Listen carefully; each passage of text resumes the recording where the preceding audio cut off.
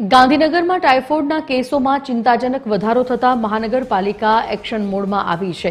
મનપાની estate શાખા અને food safety વિભાગે સંયુક્ત મેગા ડ્રાઈવ યોજી 100થી વધુ પાણીપુરી અને ઠંડા પીણાની લારીઓ તાત્કાલિક અસરથી બંધ કરાવી છે।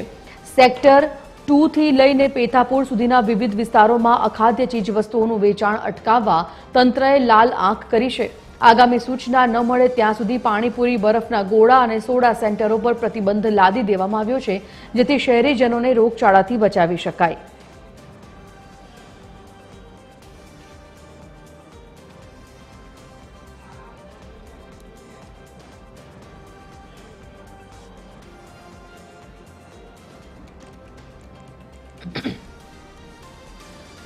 Associate editor Sonal Anadkat phone line પર જોડાઈ ગયા છે। સોનલ, જે પ્રકારે ટાઇફોઇડના કેસીસ વધુ ને વધુ વકરી રહ્યા છે, ગાંધીનગરમાં રોગચાળો અટકાવવા આગામી સૂચના કેવા પ્રકારની આપવામાં આવી છે તંત્ર દ્વારા?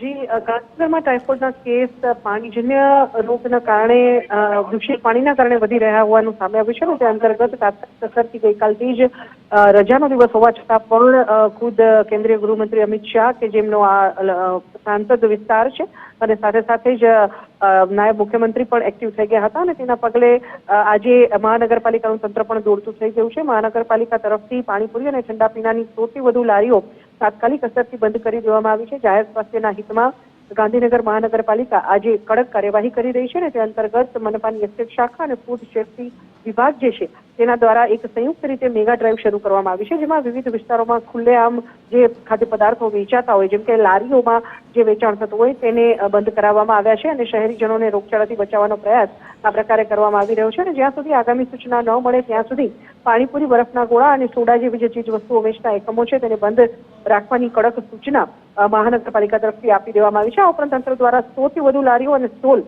જે છે તે બંધ કરી દેવામાં આવ્યા છે। સાથે જ જે સેક્ટર 2, 3, 6 સહિતના જે વિસ્તારો છે, ગાર્ડન સેક્ટર 28નો જે ગાર્ડન વિસ્તાર છે તેમજ પેથાપુર અને ધોળાકુવા વિસ્તાર છે, આ તમામ વિસ્તારોમાં મહાનગરપાલિકા તરફથી ચેકિંગ હાથ ધરવામાં આવ્યું હતું અને જે ખુલ્લામાં ખાદ્ય પદાર્થોનું વેચાણ થતું હતું તે તમામને બંધ રાખવાનો આદેશ આપવામાં આવ્યો છે। બિલકુલ, ધન્યવાદ સોનલ સમગ્ર જાણકારી માટે।